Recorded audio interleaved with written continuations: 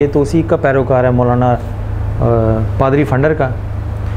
तो इसने तो मेरे नबी के मतलब ये लिखा है, कुरान शरीफ के मतलब ये लिखा है, तो मैं इससे कैसे प्यार मोहब्बत की पिंगे बढ़ा लूँ? ठीक है ना। तो ये साइकोलॉजिकल इश्यूज़ क्रिएट किए गए हैं। इसमें जहालत ज़्यादा इन्वॉल्व है, प्लानिंग कम है। प्लानिंग भी जो इन्वॉल्व है वो किस लेवल की है वो मैं आपसे बाद में शेयर करूँगा। अब हम पहले ये देख लेते हैं कि मुकालमा है क्या, जिसको आप और मैं हम बैठ के डिस्कस कर रहे हैं, और जब यहाँ से ये सेशन ख़त्म होंगे तो हमने इसी कॉन्सेप्ट को लेके आगे मार्केट में जाना है। ठीक है। अब मुकालमा एक क्रिश्चियन थियोलॉजी में और इस्लामिक थियोलॉजी में एक बड़ा इम्पॉर्टेंट इंटरेस्टिंग क्वेश्चन है कि खुदा कैसे मिलता है। मेरा जो टिपिकल क्रिश्चियन मिशनरी से वास्ता पड़ता रहा है कि वो जब इस्लाम और इस मसीहत के माबैन गुफ्तगू होती थी बड़ी गर्मा गर्म, तो जब वो देखते थे मैं दलाइल में कहीं काबू नहीं आ रहा, तो वो मुझे कहते थे कभी खुदा एक्सपीरियंस भी किए। तो मैं वहाँ परेशान हो जाता, मैं कि इसका मतलब क्या है, मैं कैसे एक्सपीरियंस कर सकता हूँ उसकी ज़ात को। तो मुझे नहीं पता था, मैं चुप हो जाता था। वो आखिरी एक हरबा था जहाँ पे आके मैं सोच में पड़ जाता था। हार नहीं मैंने मानी, मगर सोच में पड़ गया। मगर वो सवाल हमेशा तंग करता था कि कभी खुदा को एक्सपीरियंस किया जिसको डिफेंड कर रहे हो। और अगर आप सूफिया की किताबें पढ़ें तो ये सवाल उधर भी है। ठीक है ना। तो अब थोड़ा सा मैं शेयर करूँगा, आप मुझे बताएं जो मसीही भाई हैं कि खुदा कहाँ से मिलता है। अगर एक आम आदमी को जिसने बाइबल नहीं पढ़ी या वो अनपढ़ है, उर्दू पढ़नी नहीं जानता, इंग्लिश पढ़नी नहीं जानता, अब आप उसको ये तो नहीं कह सकते कि आप बाइबल मुकद्दस पढ़ो तो खुदा एक्सपीरियंस होगा, या उसमें सोचने समझने की शायद इतनी सलाहियत नहीं है कि वो चर्च में आके आपके लेक्चर्स को या आपके सरमन को कंसीव कर सके, परसीव कर सके, तो उसको खुदा कहाँ से एक्सपीरियंस करवाएंगे। चलिए मैं आपके साथ शेयर कर लेता हूँ ताकि हमारा वक्त थोड़ा सा बच जाए।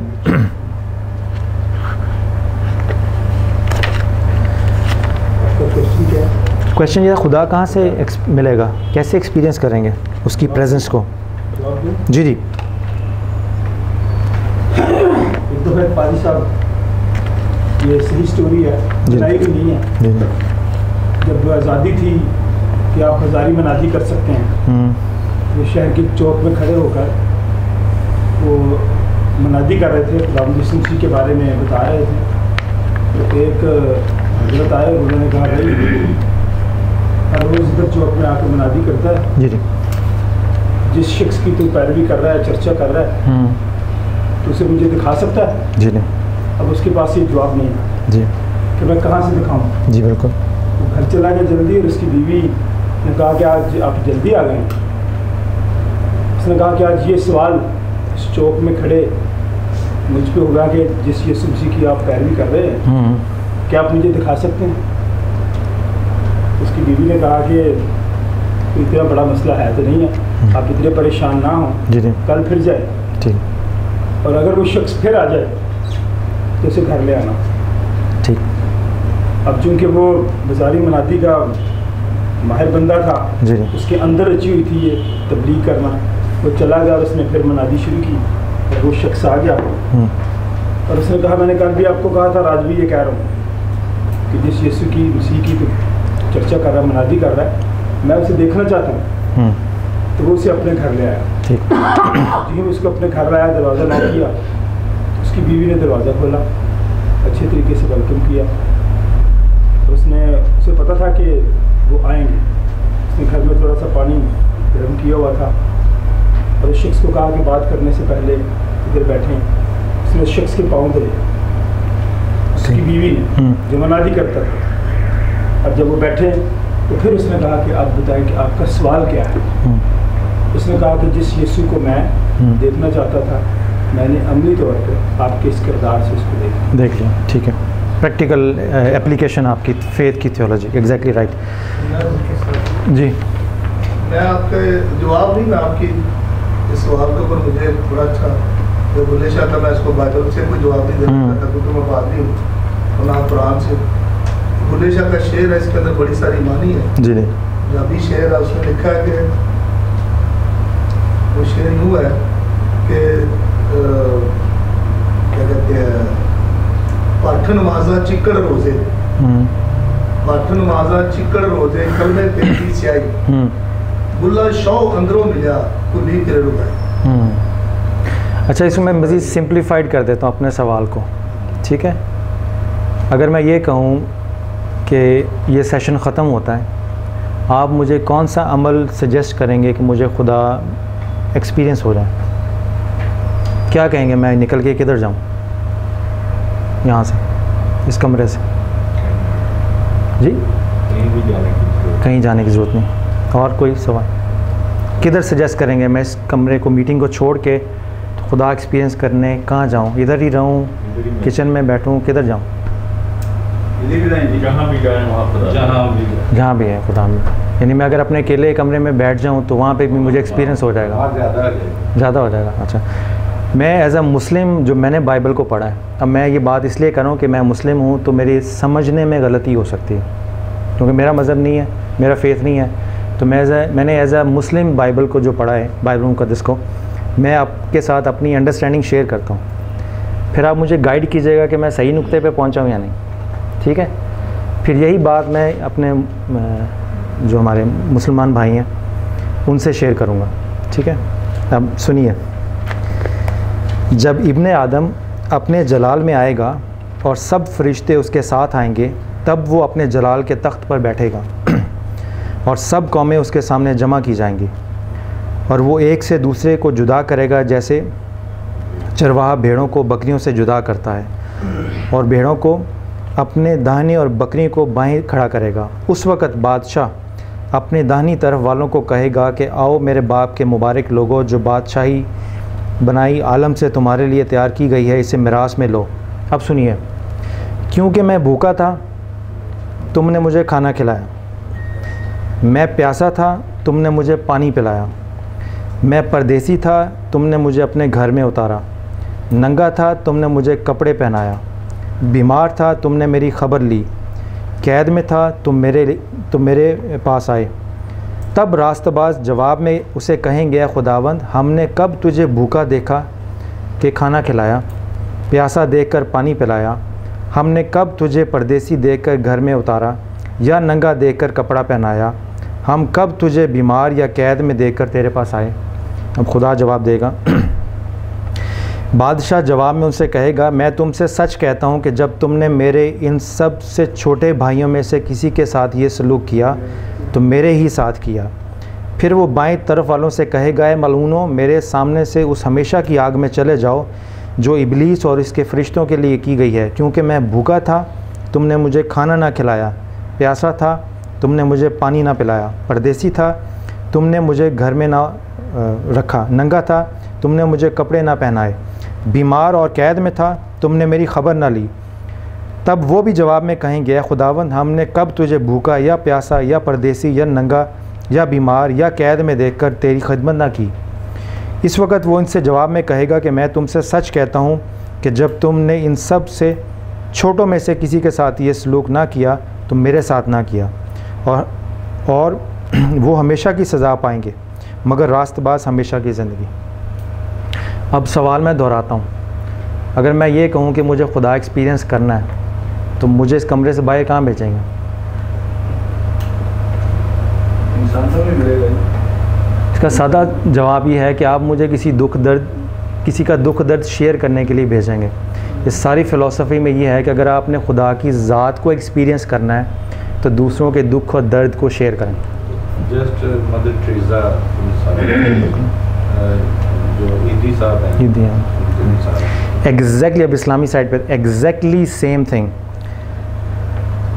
मिशकात शरीफ की हदीस है, खुदावंद ताला क़यामत के दिन फरमाएगा, ए आदम के बेटे, मैं बीमार हुआ लेकिन तूने मेरी अयादत ना की। और वह जवाब में कहेगा, मेरे परवरदिगार, मैं किस तरह तेरी अयादत करता, तू तो ख़ुद सारे जहानों के पालने वाला है। खुदावंद ताला कहेगा, क्या तुझे याद नहीं कि मेरा फ़लाँ बंदा बीमार हुआ और तूने इसकी अयादत नहीं की? अगर इसकी अयादत करता तो मुझे इसके पास पाता। फिर खुदावंद ताला पूछेगा कि आदम के बेटे, मैंने तुझसे खाना मांगा और तूने मुझे खाना नहीं खिलाया। वो जवाब में कहेगा, परवरदिगार, मैं तुझे क्या खिला सकता था, तू तो सब जहानों के पालने वाला है। खुदा ताला कहेगा, क्या तुझे याद नहीं कि मेरा फ़लाँ बंदा तुझसे खाना मांगने आया था, तूने उसे खाना नहीं खिलाया? अगर तू इसे खाना खिला देता तो इसका सवाब मेरे पास से पाता। फिर खुदा ताला पूछेगा कि आदम के बेटे, मैंने तुझसे पानी मांगा और तुमने मुझे पानी ना पिलाया। वो अर्ज़ करेगा, परवरदिगार मैं तुझे क्या पानी पिला सकता था, तू तो सब जहानों के पालने वाला है। खुदावंद ताला फरमाएगा कि मेरे फ़लाँ बंदे ने तुझसे पानी मांगा, तूने इसे पानी ना पिलाया। तुझे मालूम नहीं अगर तू इसे पानी पिला देता तो इसका सवाब मेरे पास से पाता। अब ये almost word by word is the same thing, the concept is the same in both religion. अगर आपने खुदा की ज़ात को एक्सपीरियंस करना है तो उसके लिए थियोलॉजी पढ़ने की ज़रूरत नहीं। ये मिशकात शरीफ हदीस की, मैं आपको एग्जैक्ट उसका बता देता हूँ। किताबुल जनायर है, बाबुल अयादतुल मरीज़, हदीस नंबर 1442। ये हदीस है मिशकात शरीफ की, अगर आप अपने एंड पे भी इसको देखना चाहें। इस वन द सेम थिंग, बिल्कुल मुश्किल नहीं है। यानी खुदा ने, आप ये देखिए कि खुदा ने अपनी ज़ात को एक्सपीरियंस करवाने के लिए कोई एकेडमिक शर्त नहीं रखी। ऐसी शर्त रखी है कि जाहिल से जाहिल आदमी भी उसको पूरा कर सकता है। अगर घर में कोई फ़कीर आ गया, जैसे वो कहा कि दरवाज़े पे आया, अगर आप उसकी हाजत पूरी कर देते हैं तो खुदा आपके पास होगा। यानी खुदा ने अपनी कुर्बत पाने के लिए इतनी आसान शर्तें रखी हैं और उन्हीं आसान शर्तों को हमने मुश्किल तरीन बना दिया है अपनी थियोलॉजी के लिए। नाउ क्रिश्चियनिटी में एक, अब मसीही भाइयों को क्वेश्चन, एक और सवाल। क्रिश्चियनिटी में अगर आप क्राइस्ट की क्रूसीफिक्शन पे बिलीव नहीं करते तो will you be saved? Sure है? ठीक है, चलिए इसी सवाल को मैं एक और अंदाज से पूछता हूँ। क्रिश्चियन थियोलॉजी की बेसिस क्या है?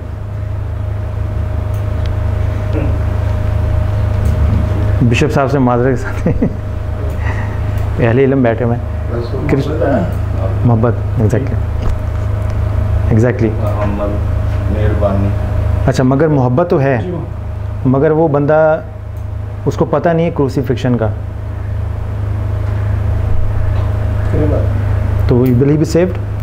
देखें, एक बाइबल में मिसाल है कि एक शख्स रास्ते में जा रहा था तो डॉक्टर ने उसे मारा, प्रीस्ट भी गुजर गया, दूसरा शख्स भी गुजर गया कि ऐसा शख्स जिससे लोग नफरत करते थे वो रुक गया, उसने उसकी दमारदारी की, उसे संभाला। और खुदा ने कहा कि वो सबसे ज़्यादा बेहतर है, वो मेरे पास अभी हवाला नहीं है, बट आई एम श्योर कि आप फ़ौरन हवाला निकालेंगे। ज़कई का सुना हुआ है किस्सा आपने बाइबल में? उसके साथ क्या हुआ था? 19 बाब है, मैं आपको पढ़ के सुनाता हूँ, उसमें है क्या दिलचस्प चीज़।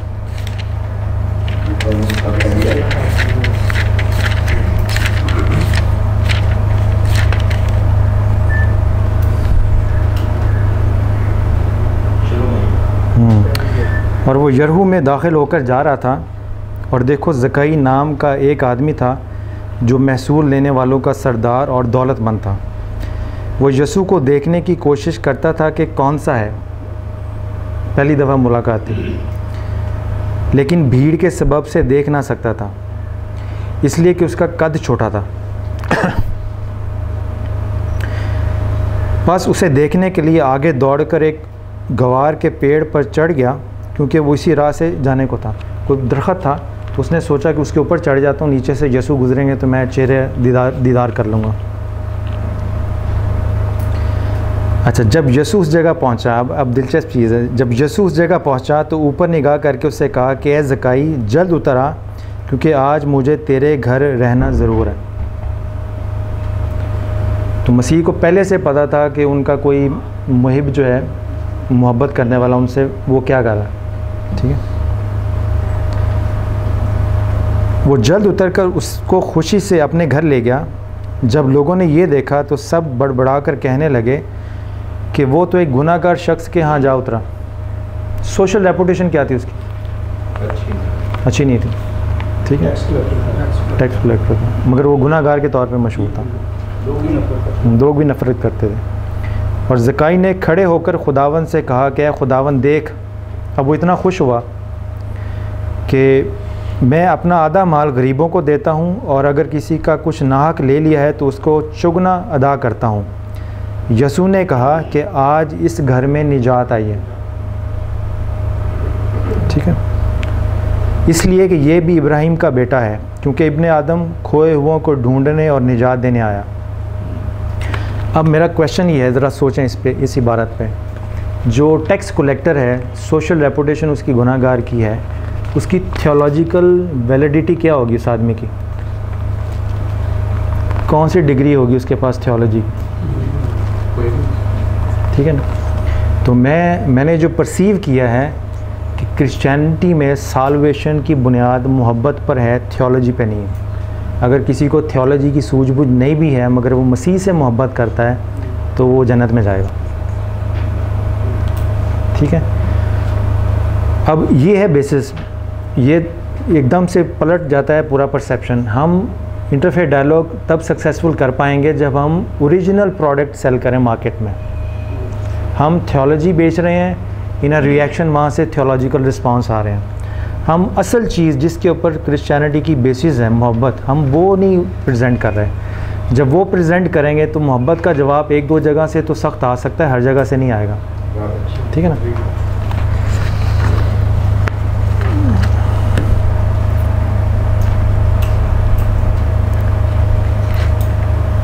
ओके, अब हम थोड़ा सा, ये है थियोलॉजिकल एरियाज़। अब हम थोड़ा सा आते हैं अपने माशरती रवैयों की तरफ कि जब आप फील्ड में जाएंगे तो वो कौन कौन से सोशल बैरियर्स हैं जो आपको प्रॉब्लम क्रिएट करेंगे इंटरफेथ डायलॉग पे काम करने के लिए। मैंने जितनी भी सोच विचार की है उसको चंद उन्वानात का नाम दे दिया, कैटेगराइज कर दिया उन प्रॉब्लम्स को। नंबर 1 प्रॉब्लम, हमारे यहाँ हमारी सोसाइटी में शख्सियत परस्ती है, फ़िक्र परस्ती नहीं। ये जुमले लिख लें आप। नंबर 1 शख्सियत परस्ती है, फ़िक्र परस्ती नहीं। यानी मैं ये देखूँगा कि कौन कह रहा है तब बात कबूल करूँगा। मैं उस बात को इवेलुएट करके उसकी वैलिडिटी देख के डिसाइड नहीं करूँगा कि ये काबिल कबूल है या नहीं। ये हमारे यहाँ जो सो कॉल्ड पीर बन गए, यही प्रॉब्लम है। और शख्सियत परस्ती है, फ़िक्र परस्ती नहीं। एग्जैक्टली यही बात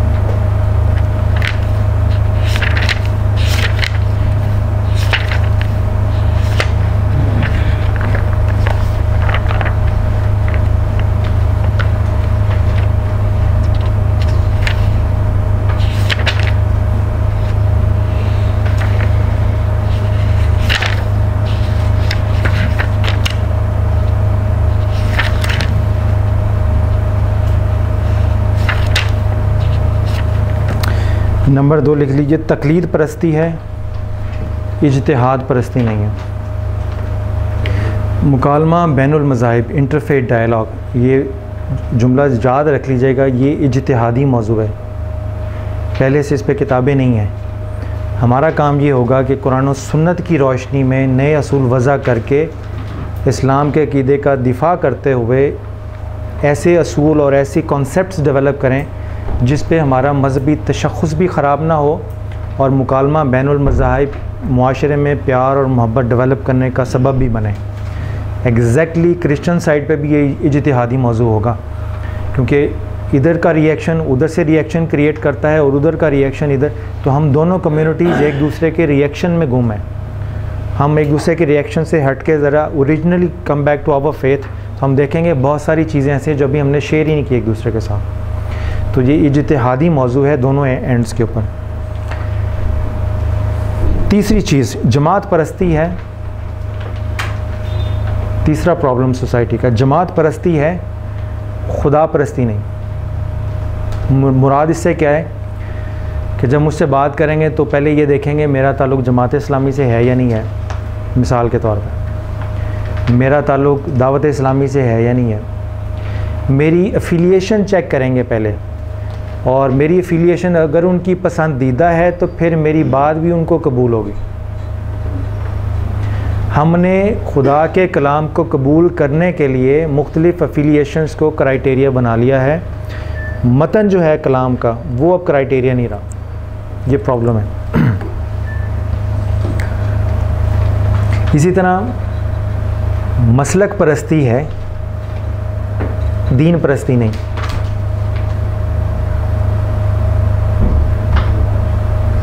इसका क्या मतलब है कि अगर पार्टिसिपेंट एक मखसूस मसलक के हैं और स्पीकर की दूसरे एंटी मसलक आ गया है तो वो जितनी मर्ज़ी कुरान और हदीस सुनाता रहे, उसकी बात ही नहीं सुननी। यानी हम बात को कुरान और सुन्नत के मेयार पे इवेलुएट नहीं करेंगे, बस ये देखेंगे ये हमारे एंटी मसलक का बंदा है। तो अगर यही बात स्पीकर सोच के आई ना कि जी पार्टिसिपेंट तो आपने उस मसले के बुला लिए, तो मैं क्या लड़ाई करूँगा वहाँ।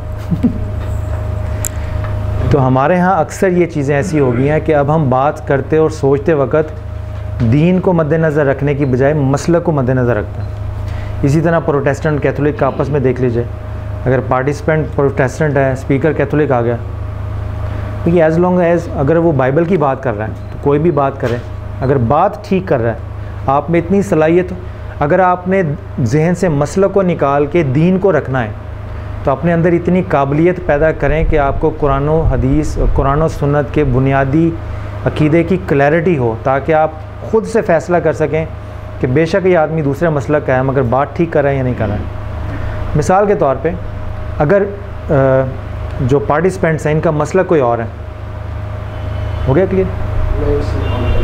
अच्छा,